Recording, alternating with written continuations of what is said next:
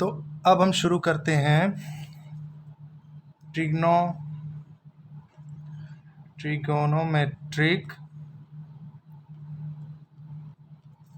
ratios at some specific angles। ठीक है ना। इसका मतलब क्या, हम कुछ जैसे हम वहाँ वेरिएबल लेके सॉल्व करते थे, जैसे ए बी थीटा एक्स, तो अब हम कुछ ट्रिग्नोमेट्रिक वैल्यूज़, कुछ स्पेसिफिक एंगल पे जो ट्रिग्नोमेट्रिक रेशियोज जो उनकी वैल्यूज़ होती है वो हम डिस्कशन करेंगे। ठीक है, जैसे हम कौन कौन सी वैल्यूज़ पे डिस्कशन करेंगे, तो वो है 0 डिग्री, थीटा डिग्री, थीटा जो है क्या क्या हो सकता है, 0 डिग्री, 30 डिग्री, 45 डिग्री, 60 डिग्री और 90 डिग्री। हम इन 5 वैल्यूज़ पे डिस्कशन करेंगे। ठीक है ना। तो सबसे पहले हम 0 डिग्री और 90 डिग्री को साथ में हम डिस्कशन करते हैं कि इनकी वैल्यू कैसे आएंगी। तो अगर देखा जाए तो हम ये एक बनाते हैं एक राइट एंगल ट्रायंगल। ठीक है, ये एक बनाया हमने राइट एंगल ट्रायंगल। ठीक है ना, ये 90 हो गया। अच्छा, आपको पता है कि ये ए बी और ये सी, अब आपको पता ही होगा कि sum of all angles of triangles is equal to 180 degree ये होता है। ये आपने जूनियर क्लासेस में पढ़ा होगा कि सारे एंगल का सम जो होता है 180 होता है। अब जब इसमें ये पहले से ही 90 डिग्री एक पहले से ही फिक्स है, यानी कि इन दोनों का सम 90 डिग्री होगा या नहीं होगा। तो अगर हम किसी एक को इसमें से 0 रख दें तो दूसरा वाला अपने आप 90 डिग्री हो जाएगा। या अगर किसी को हम ये देखिए ये 30 रखते हैं, अगर हम यहाँ पे 30 डिग्री रख दें तो ये अपने आप ये 60 डिग्री हो जाएगा। ये दोनों का सम जो है 90 डिग्री होगा। ठीक है ना। अब ये 45 रख देते हैं तो ये 45 अगर रखेंगे तो ये अपने आप 45 हो जाएगा। कोई भी अगर हम ये 72 रखते हैं तो ये 18 डिग्री हो जाएगा। ऐसे ही मतलब इन दोनों का सम 90 डिग्री होना चाहिए। और एक बात और, एक चीज़ थोड़ा सा हम आपको बता देना चाहते हैं कि हम अगर इसमें कोई अगर ये 0.00001 जो है अगर दिया हुआ है, ठीक है ना, तो इसको ये हालांकि जीरो तो पूरी तरीके से जीरो तो नहीं होता, लेकिन हम इसे कंसीडर कर लेते हैं लगभग जीरो के इक्वल। ठीक है ना, हालांकि ये जीरो होता नहीं है, अंतर है दोनों में, लेकिन हम इसको लगभग जीरो कंसीडर कर लेते हैं।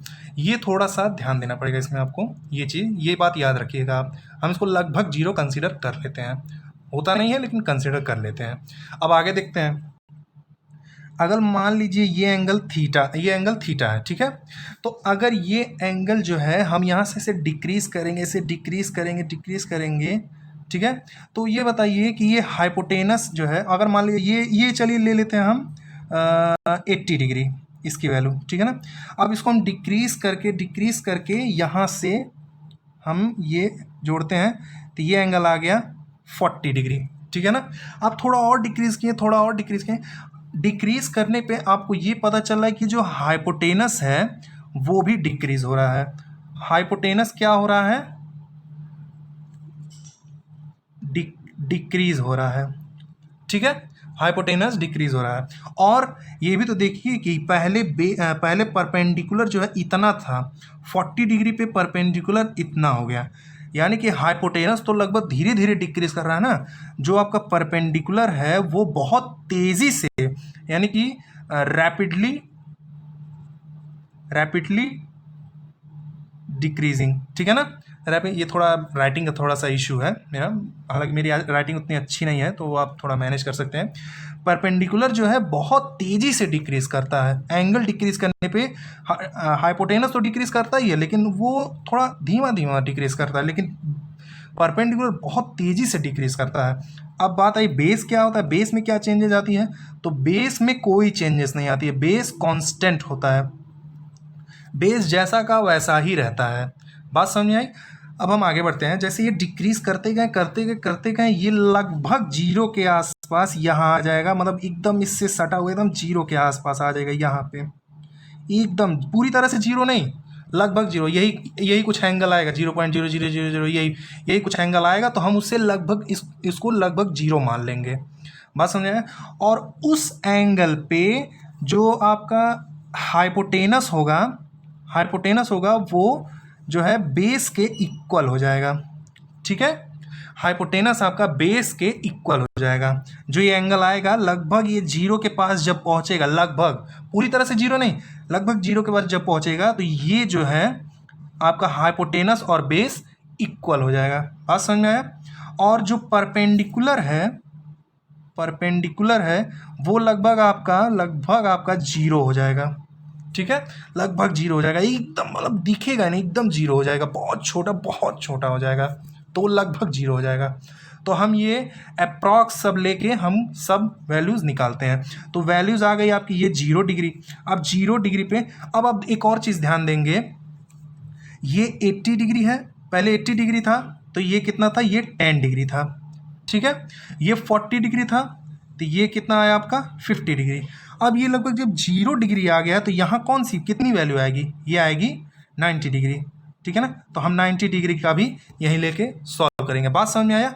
यहाँ पे आपका 90 डिग्री है, ठीक है ना, और यहाँ पे आपका 0 डिग्री है, यानी कि ये जो ट्रायंगल है ये आपका 0 डिग्री है और ये 90 डिग्री। ये हालांकि ऐसे ट्रायंगल बनेगा नहीं, ये मैंने वैसे ही बताया कि क्या कौन कौन सा हो जाएगा। ठीक है ना, अब हम 0 डिग्री पे करते हैं, कॉस की वैल्यू निकालते हैं। ठीक है, कॉस की वैल्यू एक बार थोड़ा साफ सुथरा कर देते हैं। 0 डिग्री पे और 90 डिग्री पे हम कॉस की वैल्यू निकालेंगे, फिर निकालेंगे साइन की वैल्यू, ठीक है, टैन की वैल्यू, कॉट की वैल्यू, उसके बाद हम निकालेंगे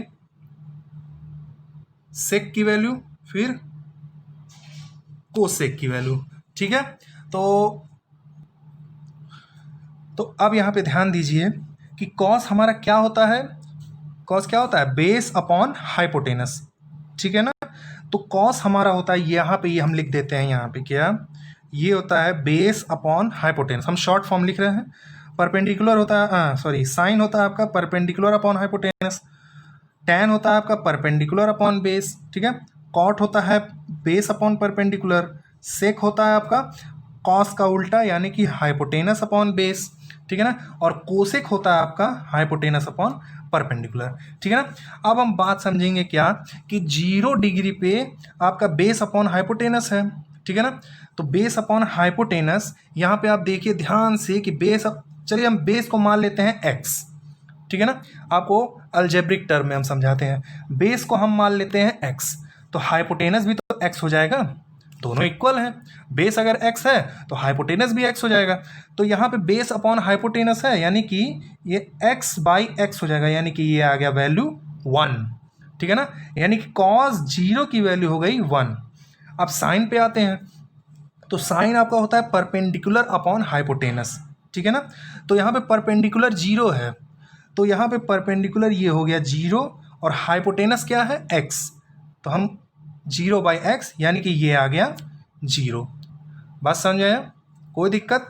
अब आगे बढ़ते हैं, टैन पे क्या होगा, टैन 0 की वैल्यू क्या होगी, परपेंडिकुलर अपॉन बेस, तो परपेंडिकुलर है आपका 0, यहाँ से देखिए मैंने क्या क्या लिया, हाइपोटेनस बेस को x लिया है, परपेंडिकुलर को 0 लिया है, तो परपेंडिकुलर अपॉन बेस क्या आ जाएगा, परपेंडिकुलर है आपका 0 और बेस है आपका x, तो ये भी आ गया 0।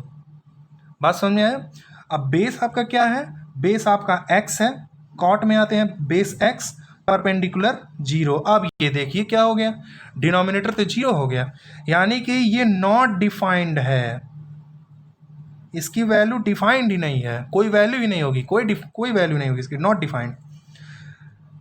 अब आते हैं, अब ये क्वेश्चन में भी नहीं पूछेगा आपको लग रहा होगा कि अगर ये क्वेश्चन में पूछ दिया तो हम आंसर क्या लिखेंगे, ऐसा क्वेश्चन में आएगा भी नहीं, ऐसा वैल्यूज़ मैंने शायद देखा नहीं है, वैल्यूज़ ये क्वेश्चन पूछेगा भी तो नॉट डिफाइंड आंसर हो जाएगा।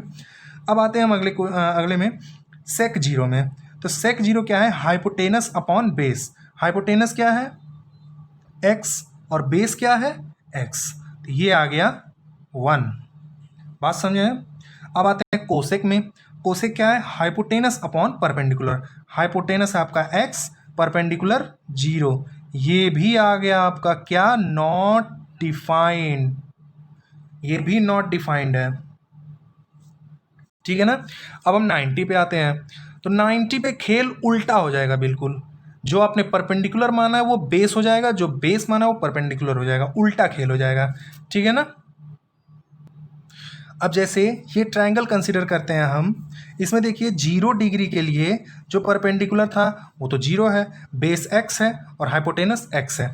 अब यहाँ 90 डिग्री है, ध्यान से समझिएगा एक एक बात, बहुत ध्यान से समझिएगा। ये 90 डिग्री है, 90 डिग्री के लिए परपेंडिकुलर ये हो गया और बेस ये हो गया और हाइपोटेनस ये है, ठीक है ना।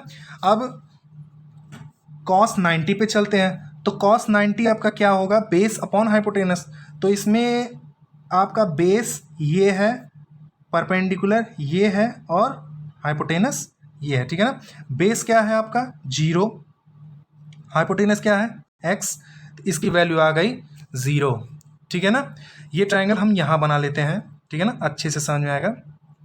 ये आपका 0 डिग्री है, ये वास्तविक में ये डायग्राम सही नहीं है, लेकिन एक समझाने के लिए हमने आपके लिए बनाया है ये 90 डिग्री, ठीक है ना। नहीं तो ये पूरा एकदम नीचे झुक जाएगा ये एंगल, और ये तो पूरा एकदम 0 हो जाएगा परपेंडिकुलर। लेकिन मैंने समझाने के लिए सिर्फ आपके लिए ऐसा बनाया है कि आपको समझ में आए कि ये ऐसा दिखेगा एंगल।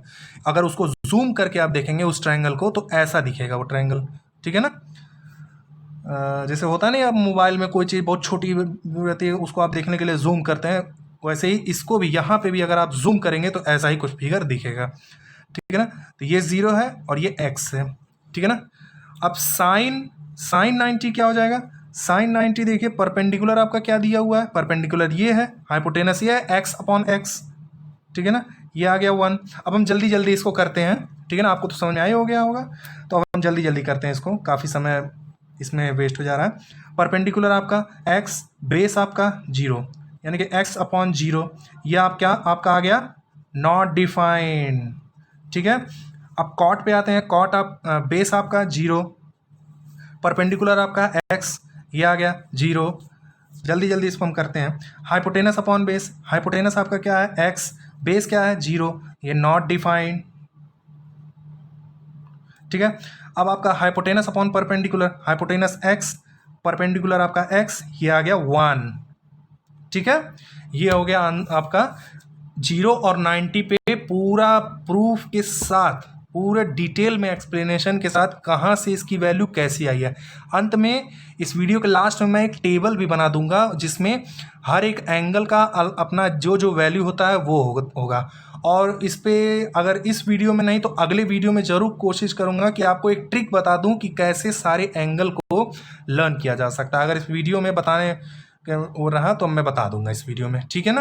अब आगे बढ़ते हैं 30 और 60 पे, ठीक है।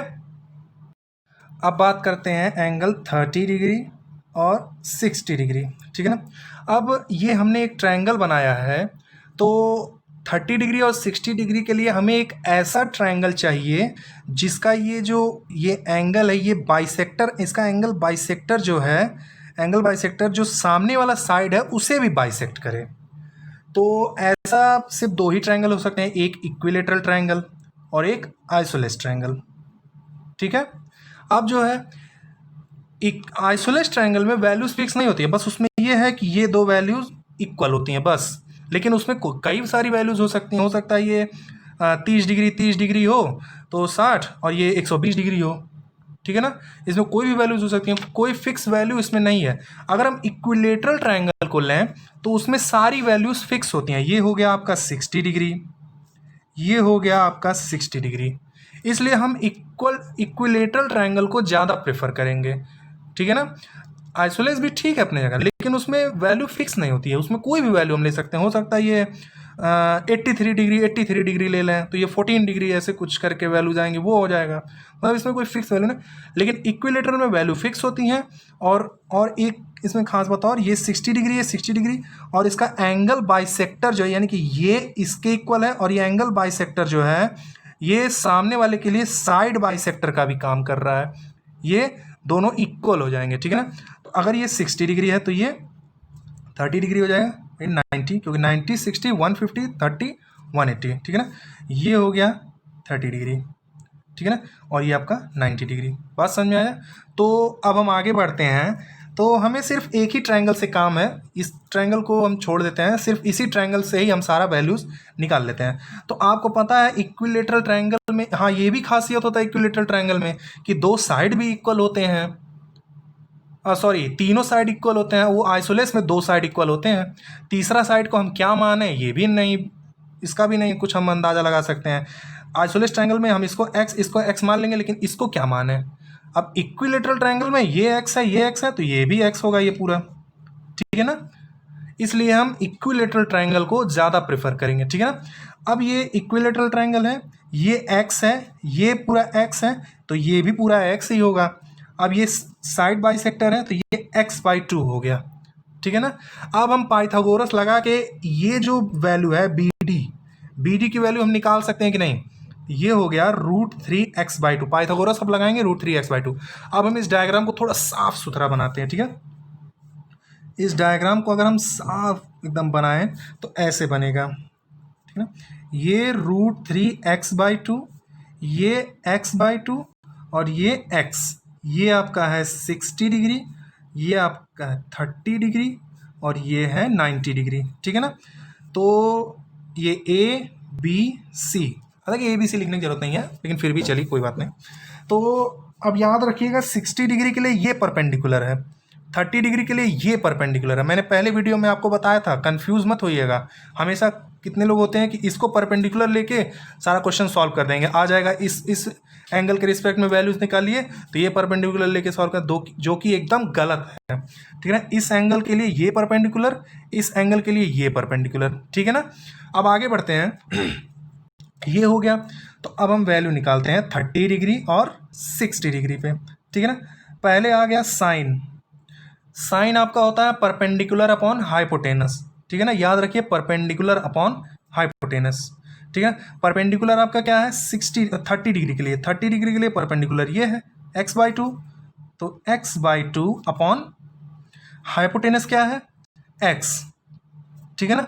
x से x कटा, आ गया ये 1/2। बात समझ में आया, कोई दिक्कत, 1/2। अब आ गया ये कॉस पे आ जाइए। अब तो कॉस क्या होता है बेस अपॉन हाइपोटेनस, ठीक है ना। अब 30 डिग्री के लिए बेस क्या है आपका ये, बात समझ में आया। तो ये हो गया √3x/2 अपॉन हाइपोटेनस यानी कि x से x खत्म, ये आ गया √3/2। कोई दिक्कत। अब आगे बढ़ते हैं। अब डायग्राम तो दिख नहीं रहा, डायग्राम यहाँ बना लेते हैं, ठीक है ना। ये हो गया आपका 60 डिग्री, ये हो गया 30 डिग्री, ये आपका x/2 √3x/2, ठीक है ना। अब आते हैं किस पे, tan पे, tan 30 डिग्री पे। tan क्या होता है परपेंडिकुलर अपॉन हाइपोटेनस, 30 डिग्री के लिए परपेंडिकुलर ये है, यानी कि x/2 अपॉन √3x/2, ठीक है ना। x से x खत्म और 2 से 2 खत्म, ये आ गया 1/√3, ठीक है। यहाँ तक पूरा हम ले जाते हैं। फिर अब आते हैं कॉट पे। कॉट का तो आप यहीं से कर सकते हैं, tan का रेसिप्रोकल होता है 1/√3, तो वो √3 हो जाएगा। लेकिन फिर भी अगर आप चाहते हैं यहाँ से करें तो यहाँ से कर सकते हैं। tan 30 के लिए बेस ये हो जाएगा, बेस अपॉन परपेंडिकुलर होता है, तो बेस हो गया ये, यानी कि ये हो गया √3x/2, अब परपेंडिकुलर हो गया ये, और ये हो गया x/2, x से x खत्म, 2 से 2 खत्म, आ गया ये √3, ठीक है। अब कोसेक पे आ जाते हैं। कोसेक पे, तो कोसेक साइन का अपोजिट होता है, चाहे तो आप वो जो साइन की वैल्यू उसका आप रेसिप्रोकल लिख दें, या फिर यहाँ समझते हैं हाइपोटेनस अपॉन परपेंडिकुलर, यानी कि x अपॉन x/2, ये 2 ऊपर चला गया, ठीक है ना, ये 2 ऊपर चला गया, x से x खत्म, ये आ गया 2, ठीक है। अब सेक पे आ जाते हैं। ये होता है आपका हाइपोटेनस अपॉन बेस, तो हाइपोटेनस आपका हो गया x और बेस √3x/2, ये 2 ऊपर गया और x से x खत्म, और ये आ गया 2/√3, ठीक है। अब आते हैं 60 डिग्री पे। 60 डिग्री पे क्या होगा 60 डिग्री पे आपका परपेंडिकुलर बेस इंटरचेंज हो जाएगा, तो 60 डिग्री पे परपेंडिकुलर ये हो गया, बेस ये हो गया, ठीक है ना। तो साइन का पहले करेंगे, साइन का परपेंडिकुलर हो गया ये, यानी कि √3x/2 और आपका ये हाइपोटेनस है x, ये ख़त्म इससे √3/2, ठीक है ना। अब हम इसको जल्दी जल्दी करते हैं, आप इसको सॉल्व करिएगा। हम जल्दी जल्दी इसकी वैल्यू रख देते हैं। ये 1/2 आएगा, ठीक है, ये √3 आएगा, ये 1/√3 आएगा, और ये 2/√3 आएगा, और ये 2 आएगा। ये सब वैल्यूज़ फिक्स्ड हो गई हैं। अब आइए इन पे कुछ क्वेश्चंस करते हैं, ठीक है। सॉरी, अभी 45 डिग्री छूट गया था, तो हम 45 डिग्री का देख लेते हैं। 45 डिग्री में हम आइसोलेस राइट एंगल ट्रायंगल बनाएंगे, ठीक है ना। तो जैसे ये आपका राइट एंगल ट्रायंगल है, ठीक है ना। अब बात है क्यों हम आइसोलेस राइट एंगल ट्रायंगल बनाएंगे, क्योंकि ये 90 डिग्री है, ठीक है ना। इसमें ये 45 डिग्री की हमें ज़रूरत है, ठीक है ना। अब आप बताइए, ये अगर 45 है तो ये भी तो 45 होगा, बोलिए। अब आइसोलेस ट्रायंगल की क्या प्रॉपर्टी है? आइसोलेस ट्रायंगल का प्रॉपर्टी देखिए कि अगर ये दो साइड इक्वल हैं तो ये दो एंगल भी इक्वल होंगे। अब आप यहाँ देखिए, अगर दो एंगल इक्वल मिल रहे हैं तो क्या ये दो साइड इक्वल नहीं हो सकते? हो जाएंगे। तो इसे हम कहेंगे आइसोलेस राइट एंगल ट्रायंगल, ठीक है ना, ये हम कहेंगे इसे। तो हम अगर इसे x लेंगे, ये भी x हो जाएगा। अब पाइथागोरस अगर आप लगाएंगे तो ये आ जाएगा आपका √2x। चाहे तो आप लगा के देख लीजिए, √2x आने वाला है, ठीक है ना। तो अब हम आगे बढ़ते हैं। ध्यान दीजिएगा, हम इसमें आइसोलेस राइट एंगल ट्रायंगल का यूज़ कर रहे हैं, ठीक है ना। ये दो साइड इक्वल है, ये दो एंगल इक्वल है। बात समझ में आई? अब हम 45 डिग्री पे हम लगाते हैं क्या, मतलब इसका वैल्यूज निकालते हैं, ठीक है ना। तो 45 डिग्री हम किसी को भी परपेंडिकुलर और किसी को भी बेस कंसीडर कर सकते हैं, क्योंकि इसके लिए 45 डिग्री के लिए, इस वाले के लिए x परपेंडिकुलर है और इसके लिए भी x परपेंडिकुलर है, तो कोई फर्क नहीं पड़ेगा। आप किसी भी 45 डिग्री एंगल को इसमें कंसीडर कर सकते हैं, ठीक है ना। वैल्यू सेम आने वाली है। तो अब बात आई कि अब साइन 45 डिग्री की क्या वैल्यू होगी, तो हम चलिए इसे कंसीडर करते हैं, इस वाले को 45 डिग्री, और इसके रिस्पेक्ट में निकालते हैं। परपेंडिकुलर हो गया x, ठीक है ना, और ये हो गया अपॉन, मतलब हाइपोटेनस हो गया √2x। तो x/√2x, x से x खत्म, आ गया ये 1/√2, ठीक है ना। कॉस में आ जाइए, कॉस में देखिए बेस ये है, हाइपोटेनस ये है, x/√2x, सेम आंसर आएगा इसका भी 1/√2। चाहे तो आप सॉल्व करके देख लीजिए इसे, ठीक है ना। अब हम डायरेक्ट करेंगे, तो अगर आपको कोई इसमें कैलकुलेशन मिस्टेक या कुछ भी लगे तो आप अपने से सॉल्व करके इससे मैच कर लीजिए, ठीक है। अब आगे देखते हैं tan का, ठीक है ना। tan का देखिए परपेंडिकुलर अपॉन हाइपोटेनस होता है, यानी कि x/x, तो ये आ गया 1, ठीक है ना, x/x, ये आ गया कट के 1। अब वही हाल कॉट का भी है।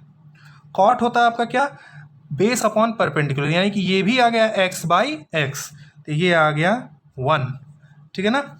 अब बात आई कि कोसेक का क्या होता है। कोसेक का होता है हाइपोटेनस अपॉन परपेंडिकुलर, ठीक है ना। तो √2x/x, तो x से x कट जाएगा तो आंसर आ जाएगा √2। बात समझ आया?